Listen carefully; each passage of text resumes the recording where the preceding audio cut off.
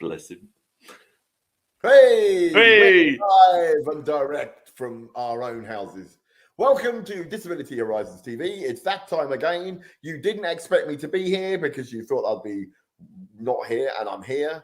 I'm like a thing you can't shake off your shoe. And with that, I'll say push the button, Zec, and let's start this week's show. Whee!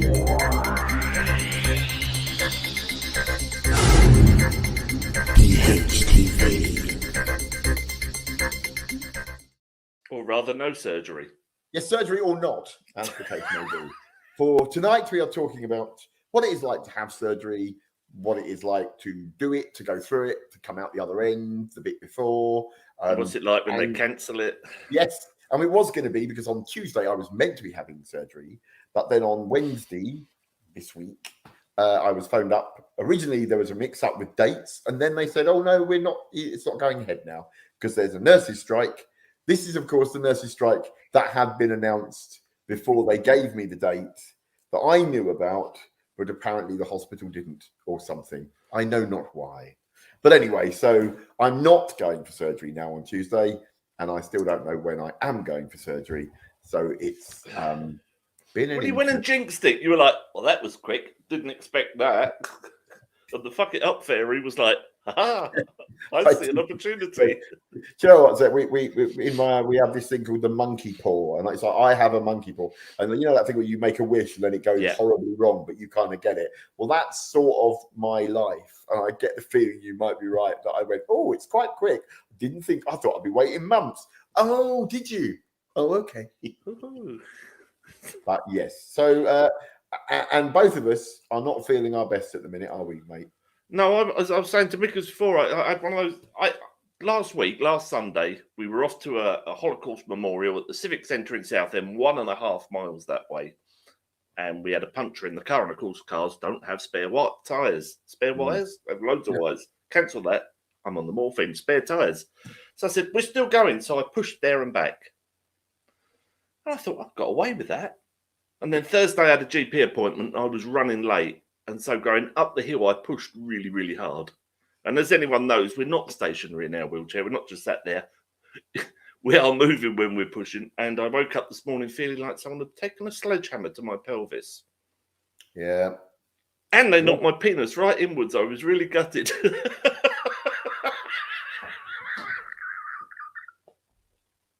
Turned it to mud. What the? Right there. Anyway. Yes. So I'm seeing. We can't see you, Avril. We can't see you. Avril was having a nighttime checking in, but she's in apparently. She thinks she's incognito, but she's not. You're not, Avril. We can see you. We know who you are. So yes, tonight we're going to be talking about what happens. Well, not what happens when we're going for surgery, because many things happen. Extracting penises that have been knocked in, things like that. But we want to talk about our experiences, and we want to hear about your experiences, good and bad, of surgery, because I think between us, I think I counted it was 19. Wow. No, I've not had that many. No, I've had, actually 1, 2, 3, 4. Can I just say 13 in these? I've had about 7. This would be my 8th, right. I think. So I'm not up there with you. Mine tend to be sillily long. Right. So I had first spinal surgery I had was 12 hours. The next one was 11. And then the last spinal fusion I had was 14 and a half. And I don't know how long mine were. I was asleep. Waiting for me to come out. And obviously it just carried on and on and on. And started getting really worried. And she eventually grabbed a nurse and went, oh, how's it going? And the nurse went, oh, it's terrible. The poor doctor. I don't care about a doctor. That's my husband. And apparently it was just because it was such a complex surgery that everyone was in there longer than they thought, and apparently they're not had anything to eat. To be honest, I don't know how that.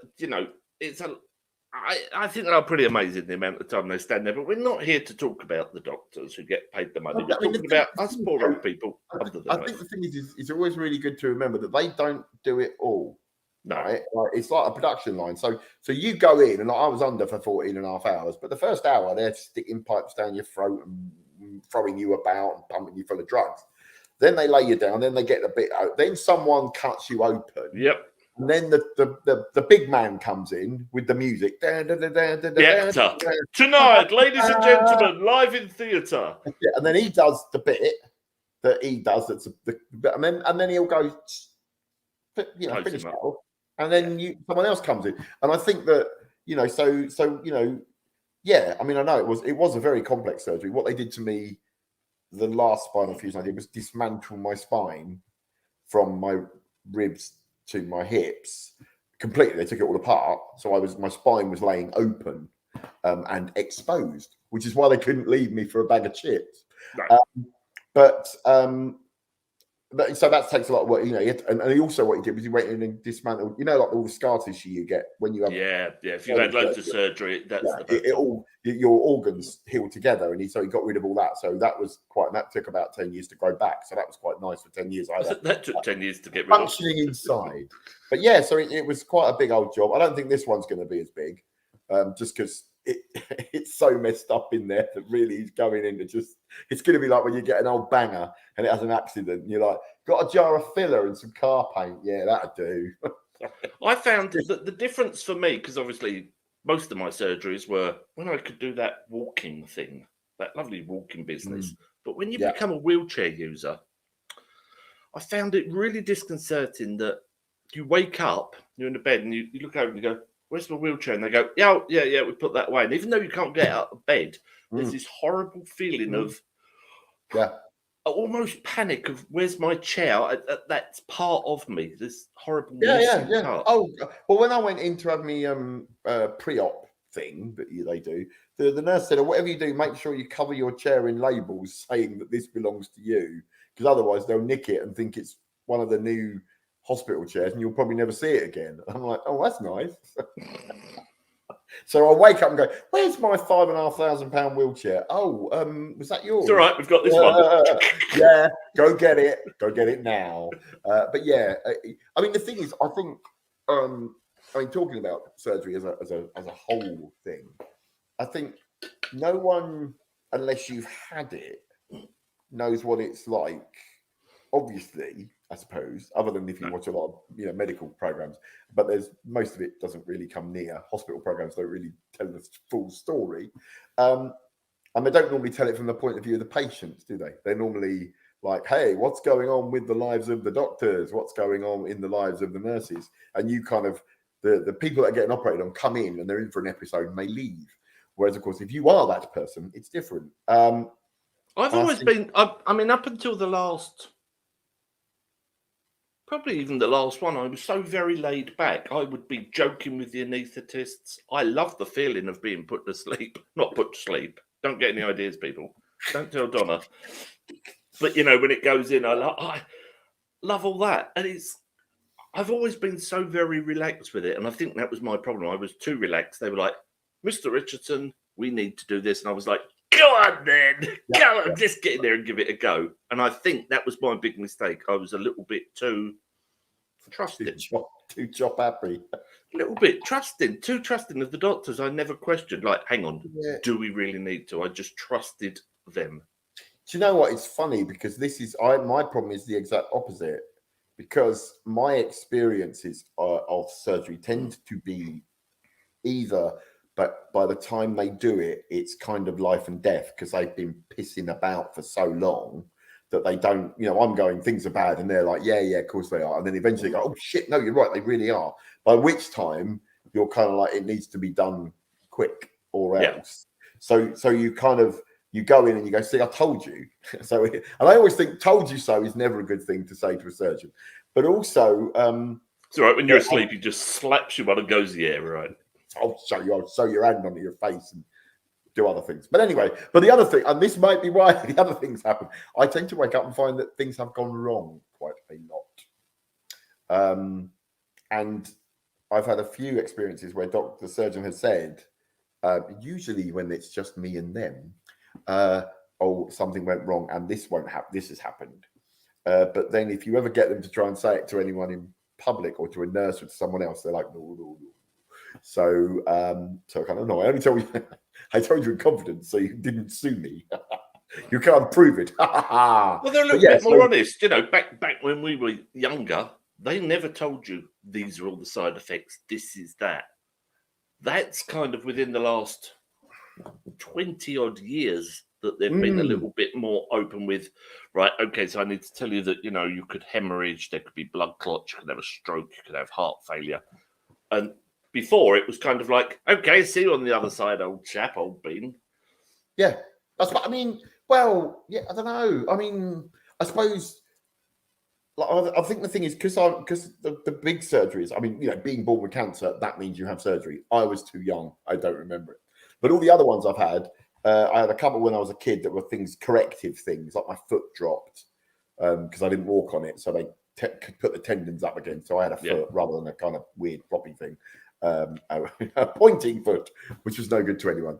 And then and other things like that. But then when my back collapsed and it was urgent, they can't. I mean, they did sort of say, you may die, this may kill you, but it was sort of just do it. I don't care. And I mean, the way you trust them, I think what it is for me is I kind of I tend to be left until I'm like, yeah, do it. I don't care. It's better. Anything, just go in. If you get it half right, it's better than this. So, but I have had a couple of surgeries that were just, well, we don't, we do it because it might make life a bit better. And they were very strange because you're laying there, you've got all this kind of, should I do it? Oh, I don't know. And you have all this weird stuff you go through. But when it's time for surgery, I just go to, like you said, like a kind of really happy place because I know what I'm doing. Yeah. It's horrible. There's loads of discomfort. Being in hospital is foul, but it's where I'm okay. So I'm like, yeah, cool, great. Let's get on with it. I suppose it's a bit like sort of, whenever anything bad happens in life, you go, right, okay, I've got to get through this. And you do. But I mean, it's funny because tomorrow I'm going on ITV News to talk about the fact that my operation was cancelled because obviously of the strike. And I'm there to say I don't blame the nurses. And I think... We've got this, ready? Are we... Yeah, mixed rant section number 1. And I think the thing is that it's very easy for people to say, oh, well, Mick's an example of someone that's been let down by the nurses who have gone on strike. Rubbish. The key is I'm one of the people that have been kept alive probably because of nurses. Doctors are great. They come in, they do the big stuff.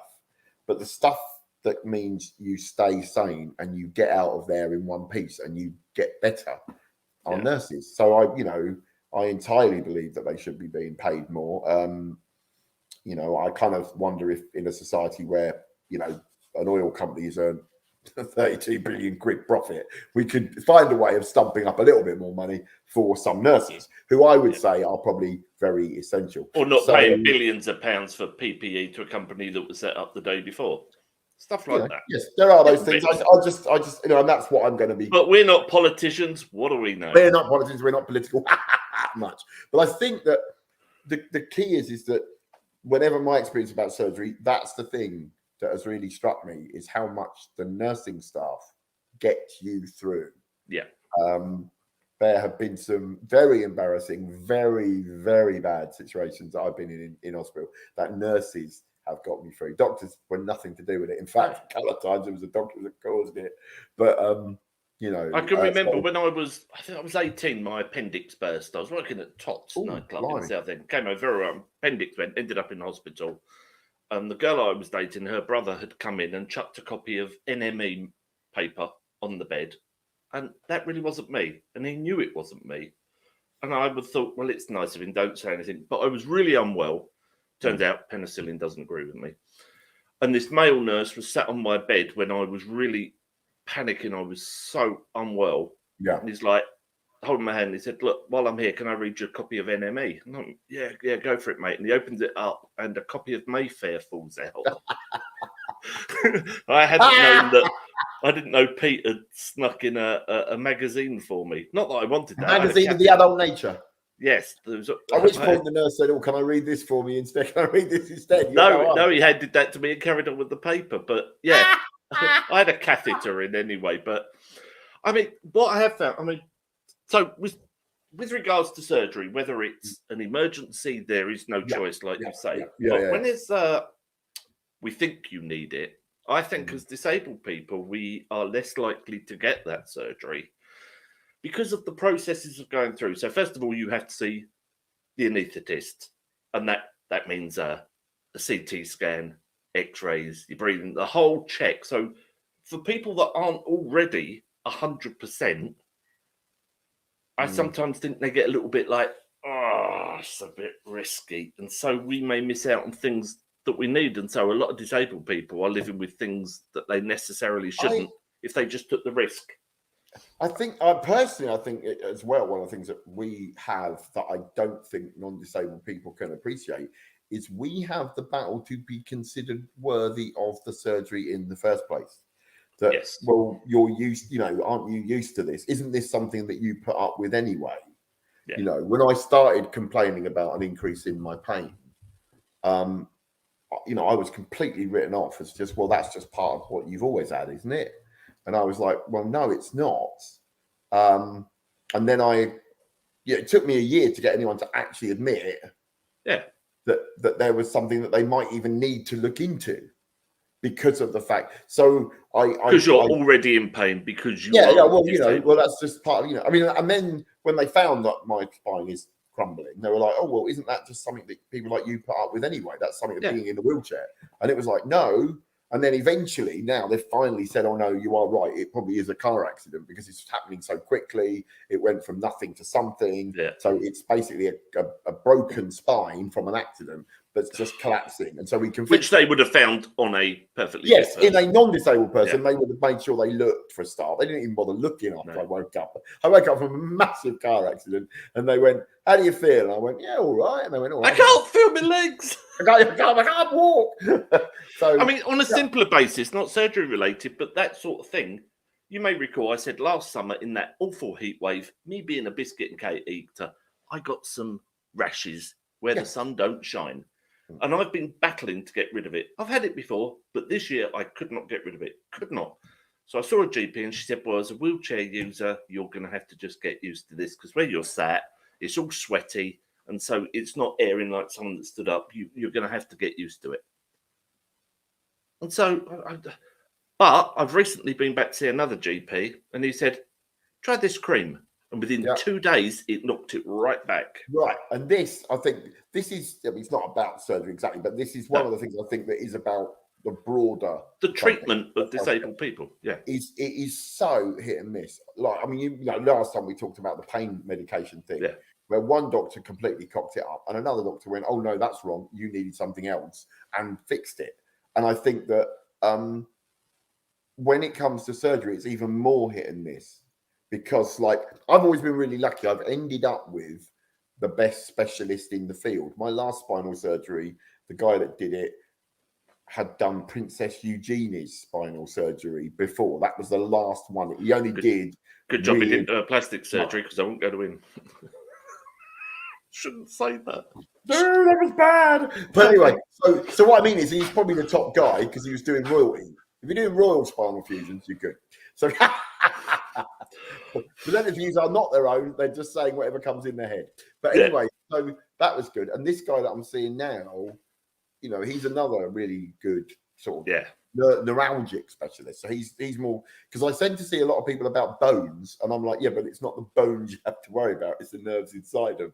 So I'm quite pleased that I'm seeing a neuralgic specialist. I mean, everyone's put, they avoid treating us. They think we can tolerate it. But I think it's also a case of, we've discussed this before, doctors are fixers. They love a healthy person who's not well, that they can then return to normal so that they have a place in society where they can work and feel pride and contribute to society as a normal person. They do run through the park with their wife and kids. But when we're not, they try less hard to fix us because they know the outcome isn't going to be this. I suppose it's a natural response. If you're say you were, say, a dog trainer. If you found a dog you couldn't train very well, you'd be like, well, I'm going to be less keen to have a go at it because I can't go, look, this dog's going to jump through hoops and say sausages. Do you know what I mean? So it's a human condition, but it is a bit annoying when you can't. What it is they measure you against the perfect that you can't be, rather than... Especially orthopedics. Orthopedics, they're the real fixers, the real... We need to... They're the ones with all the tools. They're the jobs. People don't. Yeah, they are. People don't really realise that when you go in for orthopedic surgery, they have tools made by Black and Decker. I have seen tools that I used on the aircraft, like exactly. the wire twister and all the air tools. The way they keep you open, all this kind of stuff. The way the chisels, drills, saws. I mean, I'll need all that this time because I'm getting screws put in. But it is brutal, isn't it? It's orthopedics. There's nothing. It's real. That's the key. Is I normally have my neuralgic stuff done by an orthopedic surgeon. And this time I'm having orthopedics done by a neuralgic surgeon. So hopefully it'll be a little bit more fine. You'll have finer fingers. It's a little bit like giving a lead guitar to a bass guitarist. They're good, they can play it, but the fingers are fat. They're not quite as fine. So do you think they would be also less likely to, if our outcome wasn't as good as it should be, do you think they would say, oh, that's your disability? I know for a fact that I was told when I was 15 that my nerves were knackered. They didn't know about nerves when you were 15. Yeah, back in the day when nerves were wires. But I wasn't, there was a period where they said I might walk. Then they said, no, you're definitely not going to walk. Your nerves are severed. That's it. But then when I had my surgery in 2003, there was a big hurrah. Oh, my God. Because when he took all the bone out, loads of nerves function came back and feeling. Ooh. So I gained almost full sensation in my left leg and quite a lot of movement and a lot of sensation in my right leg. Now, that's gone. That's going over time while we wait for my spine to be fixed again. But they were all kind of obsessed with, oh, do you want to learn to walk again? We might be able to get you to walk again. And I was like, well, what does it entail? And they went, well, you need to have a new hip, 2 new knees, and a new ankle, and your leg lengthened on your right leg. So that would be 5 years of surgery. Then you'd need 5 years of physiotherapy, and then you might be able to walk with crutches. Yes. So I said no. And they were absolutely mystified. They were totally gobsmacked. And I actually did a BBC 2 documentary on it. And the people that we were making it with wouldn't believe that someone wouldn't want to walk. So they went out and found other people who wanted to walk to make it so that it was balanced. Yeah. Because otherwise my program was unbelievable, apparently. Well, I recently edited a review where, was it Raya? It was Raya on Disability Horizons interviewed Sophie Morgan about her book. Yeah. And there was one section that struck me. You can find this on the DH website. There you go, DH. Work together. Yeah. And she said, so I don't want to get the words wrong. I don't want to do it. But she said people were so focused on the loss of her being able to walk and the fact that she's in a wheelchair. And she said, but it's not. It's about me feeling like a woman. It's about me being a woman. It's sensual. It's about the sexual. It's not just about this. I can't remember how she put it, but I think there's a soundbite that I dragged out of that. I could have uploaded that had I thought, but that was so spot on because people, it's like, oh, you can't walk. Yeah. It's funny because I never really didn't feel sexual, if you know what I mean. Even though one of the things that the doctor admitted to me when I was 15 was, oh, by the way, we might have accidentally trapped the nerves to your sex organs in scar tissue, so you probably won't get hard on again. Oh, thanks, pal. I didn't. It's true. I don't do any of that stuff. But it was like, so that was because of a mistake. So you think you're mortified? I read the notes from my doctor. It takes a while to get your head around who you are, who you come out as. But I didn't. I spent 3 years trying to walk with calipers and sticks and stuff, and it was an absolute waste of time. And in the end, I don't know if I think I might have probably told this story before. I was trying to chat up a girl in a club in Luton, and I asked her if she wanted a drink. She said yes. I turned to order it. She turned to talk to her friend. And when she came back, I was on the floor because I'd done a Del Boy. I'd just fallen off the bar. I was laying on the floor in my calipers with my winkle picker shoe sticking up, so I could just about see the point of them out of the corner of my eye. And I thought, wow, this is stupid. I'm not doing this. I've knackered my shoulders and my hands because I was so desperate not to go in a wheelchair. The worst possible effort. And, I had surgeries trying to fight that, where I think I do think, right, because we're saying about them not doing surgeries because we're disabled. I also think they do a lot of surgery. Yes. because we're disabled, especially orthopedic. Yeah, to fix you so that you can go, hey, look, I can walk again, or I can do this thing again. It's like they keep saying to me at the minute, oh, you need your shoulders doing, right? Orthopedic shoulders, right? Great. And the surgery is that they open you up, they sew in a bit of corpse, which I just love the idea, dead tendon material onto your knackered shoulder tendons, and then you're kept in plaster for 6 months. And I'm like, 6 months. How the fucking hell can I stay in a wheelchair with one up? And then they do that one, then they do the other one. So that's at least a year. And this is the other thing. And what would that do? I do say, obviously Mick and I are coming from the point of wheelchair users. It's how we can only talk. But, I've kind of lost my track. I'm on morphine. I totally forgot. No, but that's... I think it's because so I know people are saying that we've got Admiral talking about her surgery, we've got Katie talking about her heart surgery. Yes, they've had some big old surgeries, and some of these are massive. I mean, we like watching the medical stuff on the TV, and this stuff where they're stopping your heart and stuff like that. It's just I never stop being in awe of it. I studied to be a medical social worker before all of this weird Mick Scarlett malarkey started. Yeah. And part of the course was going to see an open heart surgery done. We weren't allowed in the theatre, obviously, so we watched on telly, but we met the patient afterwards. And so, you're told a bit about this. I think she was a 70-something-year-old woman. She's got a problem with one of her valves, so we're replacing that. And so this is what we'll be doing today. And it's quite a long surgery, but it's also like a real humdinger because they crack your chest and pull it open with clamps, and then they're eating all this. It's a right old one to watch. And all the way through it, we were fine. And then when we went to meet her, I nearly passed out because suddenly she became real. Yeah. And I think that's one of the reasons why surgeons are the way they are, because they can't go in there and think about, well, that charming guy that I met that was really funny and was telling me jokes. They've got to go in and think, this is a lump of meat and I'm fixing it. Yeah. So, I think that's something that we experience probably more because we experience it so much. Most people don't have as much surgery as we do. I mean, like you've had most families. You've had enough surgery to count for a street. Do you know what I mean? And I think that's another one of it. But I think, do you like going under? I don't really. I mean, I don't like it going under because I know what I'm going to be like waking up. See, I've always been all right waking up. Up until the last one, I never remembered the recovery room. I go to sleep and I'm back on the ward. That's all I ever remembered. Because I always have to go to intensive care because when I wake up, I've had such a long surgery, I'm kind of really dodgy. Yeah. I throw my ring like you would not believe. A couple of times they were like, if we don't get you to eat soon, we're going to have to intubate because you are really... Oh, I come round and I'm eating... As soon as I'm awake, I'm eating sandwiches and I've got tea and I'm like, give me another sandwich. No. Although this time they said apparently there's a new drug they give you when you're under that stops you throwing up. So this is nice. It's new. Well, especially, I suppose, if you've had delicate surgery, they don't... I mean, it takes a lot of force to throw.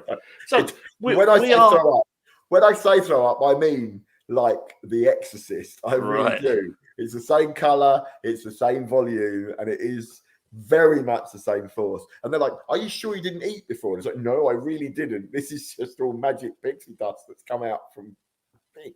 Oh, breakdown. So for those people that have never had surgery, for those that may be going through surgery and they're concerned, I mean, it is scary, but the whole process, I would say, the people involved have always put me 100%. The porters are brilliant. What we're doing in a way is we're doing that thing that I remember older people in hospital did to us when I was young. When I was young, I was in the ward and they were always telling you scary horror stories. If you go out feet first, you're not coming back and all this kind of stuff. Right? To be honest, what happens is you go in, you're nervous. Everyone knows you're nervous. It's very organized, so you tend to go in and have surgery almost on the day you're admitted. So you're kind of... We used to go 2 days before. Well, yeah, I used to go in flipping a week before sometimes and get all the tests and everything. I was kept in for a week and a half for a circumcision.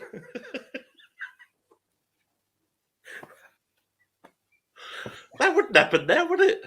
No, it wouldn't. I was in for a week and a bit for my appendix. You know, they used to love keeping you in hospital. Yeah, no, I mean, but so you go in, don't you? And it's quite fast, and there's lots of tests, and then but when you go in to have the surgery, it's really weird because you kind of go in, and they're like, okay, right, okay, so what we're going to be doing is we're going to do this, and then you'll wake up somewhere else. All right, and then you kind of go, they stick a needle in your hand. Oh, that's your cannula. And then they go, all right, now we're going to put something in it. You kind of go 10, 9, 8, 7, 7, 7, boom, and then you're asleep.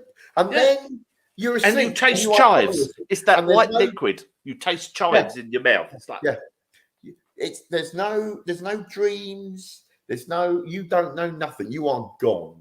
You are given a massive amount of pain relief, and you are paralyzed. Basically, that's what they're doing. So they take over your breathing for you. That's why you got because you can't breathe. You are paralyzed.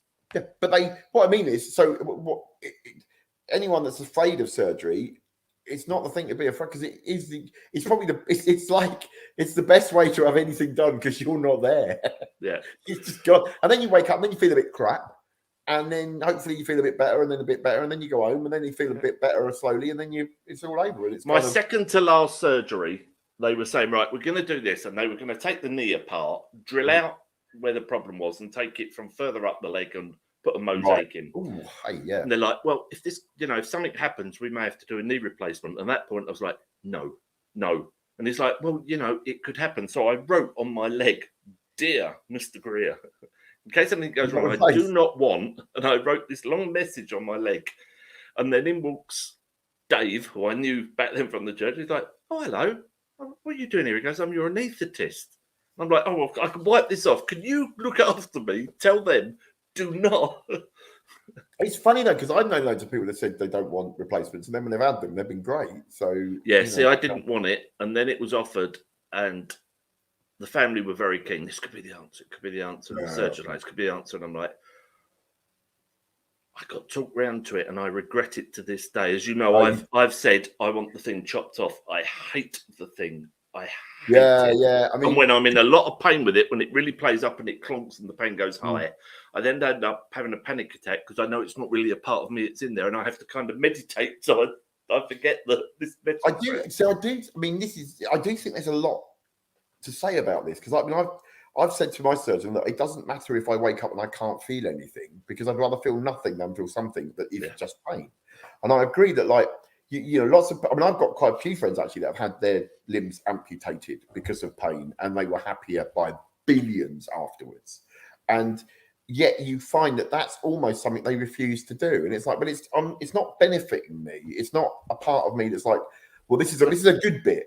I've had arguments, literally shouting matches with him. I got sent to a psychiatrist because I said, I'll chop the bloody thing off myself. So I was like, would you like to see a psychiatrist?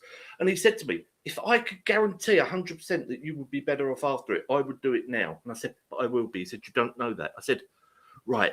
The knee joint clonks every time. I know I've got a crack in my kneecap. The pain shoots. So I can, in the middle of the night, just move my leg.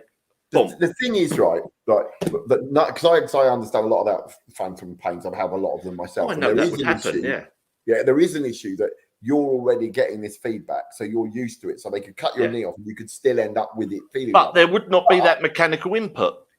Yes. And also, you can't walk on that leg because that leg doesn't work because the knee's knackered.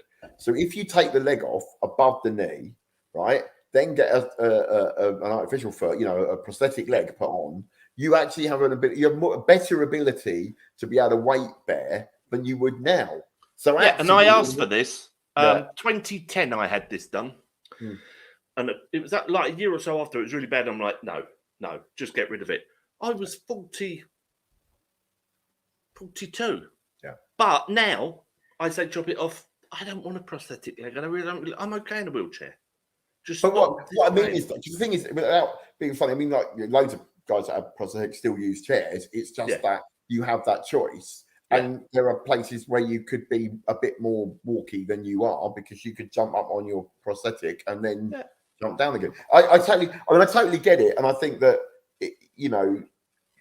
there is a kind of argument that we need to be much more involved in the choices and then the choices need to be. I screamed at him. I said, if I came in here and I said, I feel I'm a woman, I said, your mates would chop my knob off as quick as you bloody want. But I mean, well, they probably wouldn't. You wouldn't need to use a psychological. But I was angry. I was very angry. Yeah, no, but I think. Well, I think that's the thing about the whole kind of issue around that sort of topic is the fact that it's a pig of a thing to do. I always think that I've been on a friend of mine that's trans does a show about the whole subject, and I've been on her and said I actually think we have a very lot in common, but it's almost at opposite ends of the spectrum in that they are in the wrong body and we are in the right body, but everyone thinks we're in the wrong body because they go, don't you want to be normal? And it's like, no, I really don't. And I don't mind, like you said, I don't mind. You wouldn't mind being less normal because you wouldn't mind losing your leg.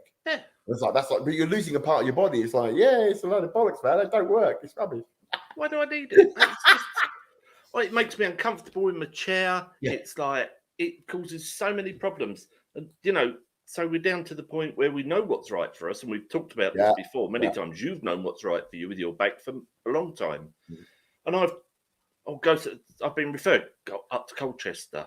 They did say go to Stanmore, and I was like, back then I was having still extreme anxiety attacks, and the thought of going there was, oh no. It's a long, long way to go. The Stanmore is meant to be the best. I used to go to Stanmore. That's where I had all my other surgeries, but and they're used to taking those drastic decisions, I think. Yeah, anyway, this isn't about Zec and his left leg. Leg. Okay, so back to surgery. Yeah, right.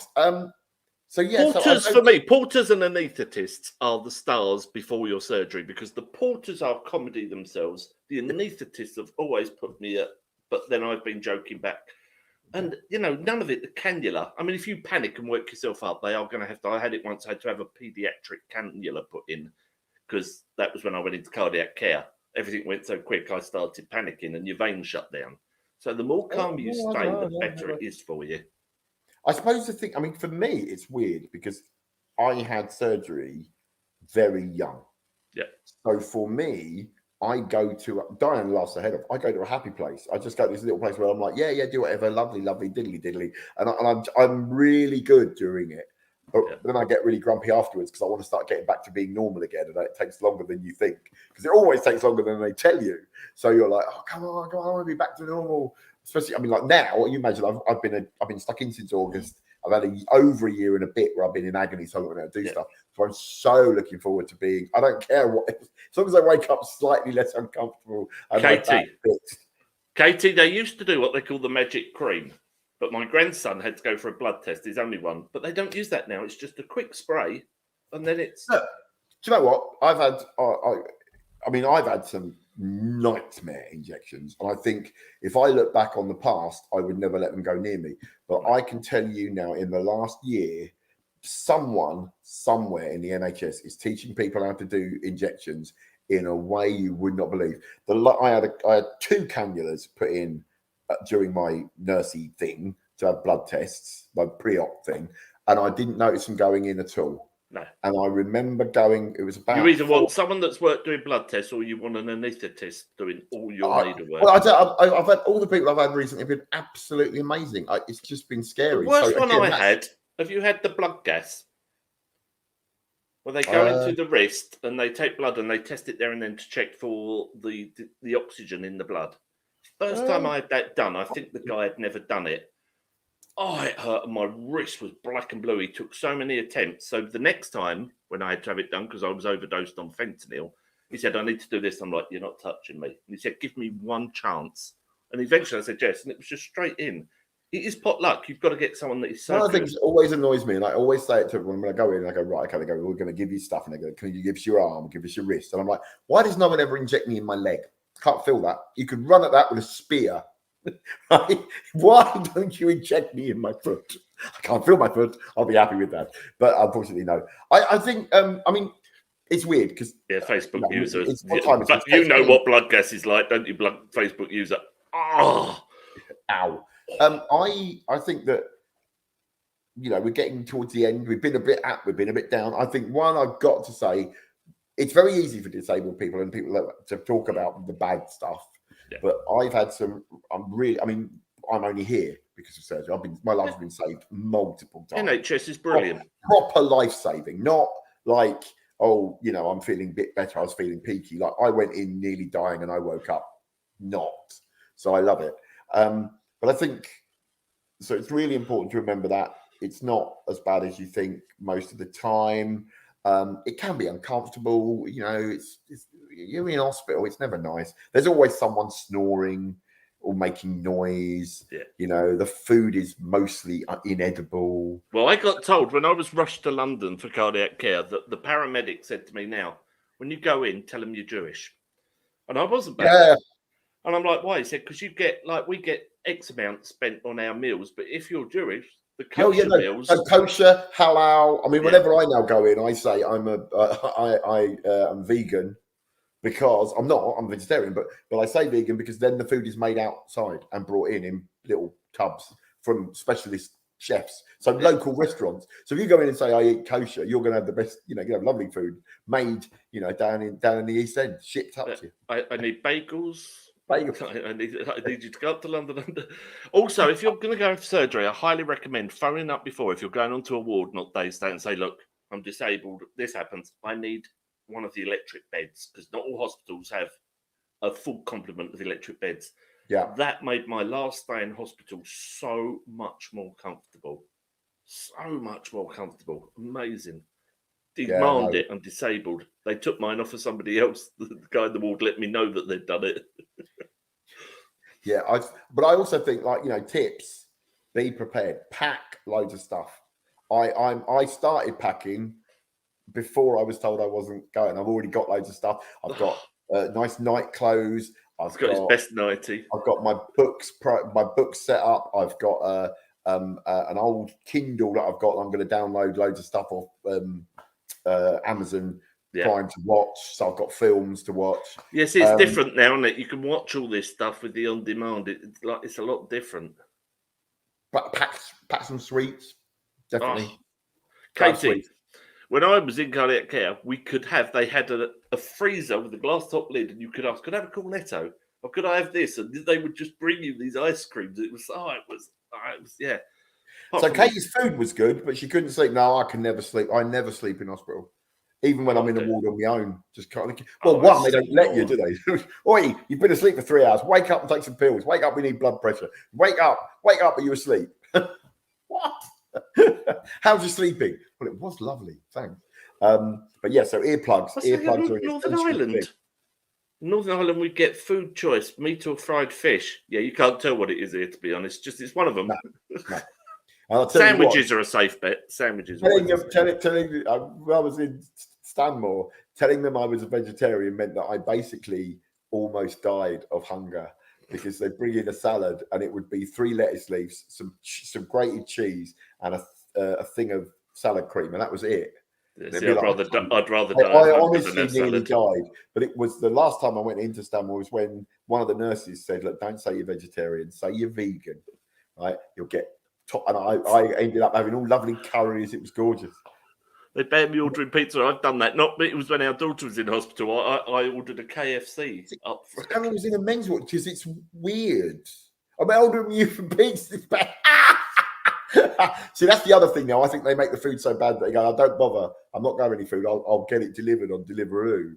So at least it's not like. I mean, you'll remember years ago it was like school dinners with a scoop of potatoes, scoop of cabbage, and a piece of meat that looked like it was shoe leather. Do you know what? When I was in the kids' ward when I was 15, the only thing we ate was ice cream, really, because the food was awful. Yeah. But we also used to keep all the drinks and stuff for our syringe fights. We'd have water fights at night because all of us were in bed. None of us could get out of bed, so we'd all spray each other with great big syringes. We'd come and have our wounds dressed, and then nurses would bring syringes, and we'd grab loads of them and hide them under our pillow so we could shoot each other. And every morning, the sister would come around and she'd go across the floor and go, "You lot have been at it again, haven't you?" We'd be like, I think my weirdest night, I think that was actually before I went in cardiac care. There was men's ward up one end and a women's ward the other end, but it was all joined. And this old lady was running up the ward. She got in bed, stripped off naked, and got in bed next to one of the old boys up the end who was terrified. And she went, honestly, the nurses, they then got hold of her and they had to sedate her. It did not work. Did not work. And she punched a nurse in the eye. It was a real rough night. Yeah. And they said, oh, yeah, she died the next day. Quite often they do that. They have this real mad spurt where you can't control them the day before. But this poor old boy, where she got in bed naked next to him, she was about 80. She just stripped off. They stick you next to someone who can't shut up all night. I had to play Van Halen on full blast with my disc. Oh no, I've had that.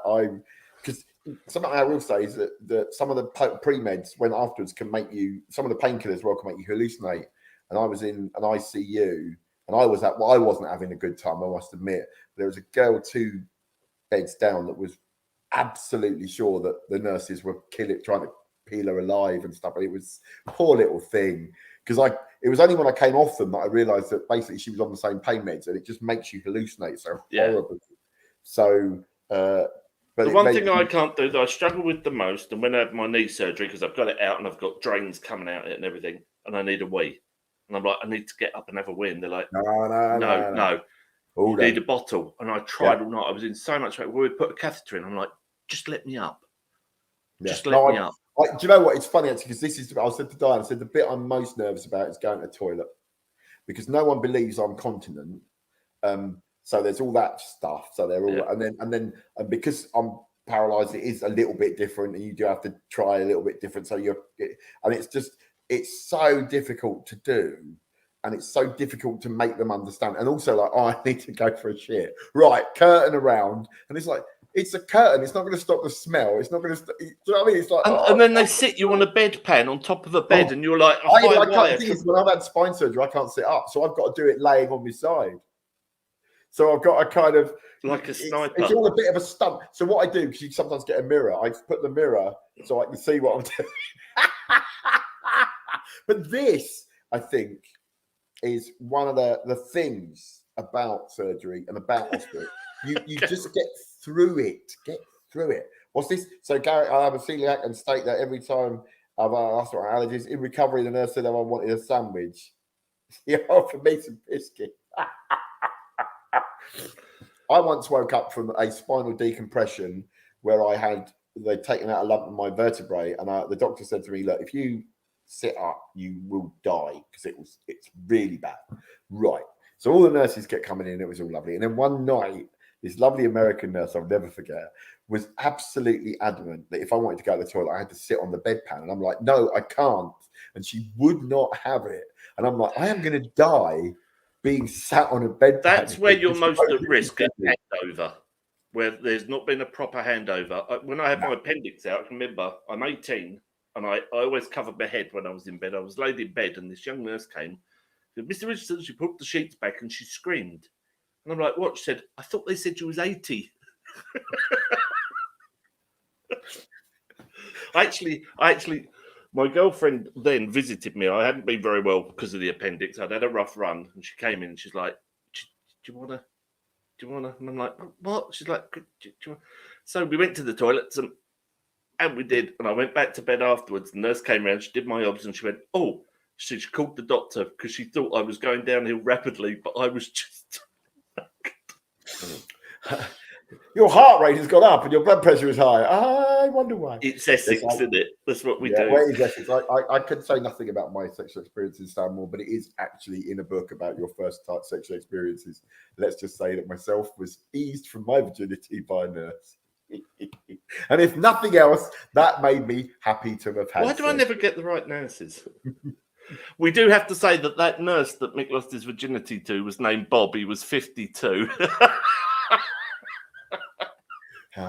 Nurse Gina, the lovely Nurse Gina. Anyway, let's talk about that. Just before I go, what do you think? What do you think, folks? There you go. That's see if I can put my finger in the right way. There you go. That's me in a wheelchair and my wonderful wife with her red hair. Yes, I am sad. I have managed to. All I've got to do now is get the right clothes for him. He's got a crop top. Look, people, he's got a crop top. This is what we were discussing this before we came on. This is what I used to dress like when I went to Ibiza in the 80s, right? But I looked online to see if I could get like leather bike gear for Ken, but it's so expensive.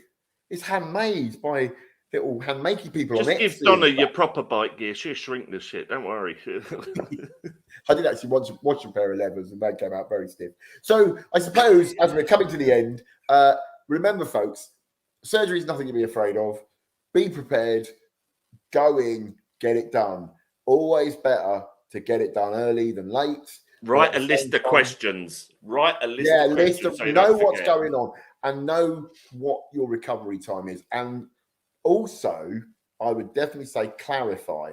I had a surgery on my back, and they said to me, you won't be able to sit up past 30 degrees. And I thought they meant 30 degrees off. Was it summer? Horizontal. And they meant 30 degrees off vertical. So it meant I could sit up about like that for 6 months, and it was not fun. They gave me a wheelchair that led me right back, and I had to wheel around on this weird chair. I think that's the biggest thing not knowing with my leg when I had that, where I took it apart and drilled it out. He said it was going to be rough, but he didn't fully explain, and I wouldn't have had it done. No, I think that's it. But sometimes so that's it. So like you said, ask your questions. Get your questions clear. And if you're going into hospital, go on Disability Horizons shop. Get yourself a pack of fresh wipes. I use fresh wipes. Have I got fresh wipes here? Look at this. They're massive, aren't they? They used to be called sweat wipes. I've still got them where they're called sweat wipes. They're fresh wipes now. Yeah. These are even in summer, these things are around about minus 30 degrees centigrade. But yeah, you pull them out, they're like that. Yeah, they're like do your whole body. It's weird actually, because I got sent a pack, and I was like, well, these are just like baby wipes. No, they're not like baby wipes. They're like indestructible giant baby wipes. They're like man wipes. Antibacterial, antifungal.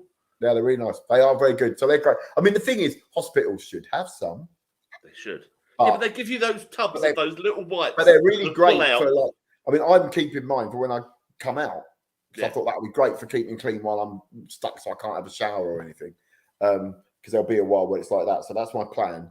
But yes, so that wasn't as useful. We had got this plan to be much more informative and sensible, but I think both of us are not really there. We're both in absolute agony, and we're both a bit wobbly on pain meds. So that wasn't necessarily about surgery, but it kind of was.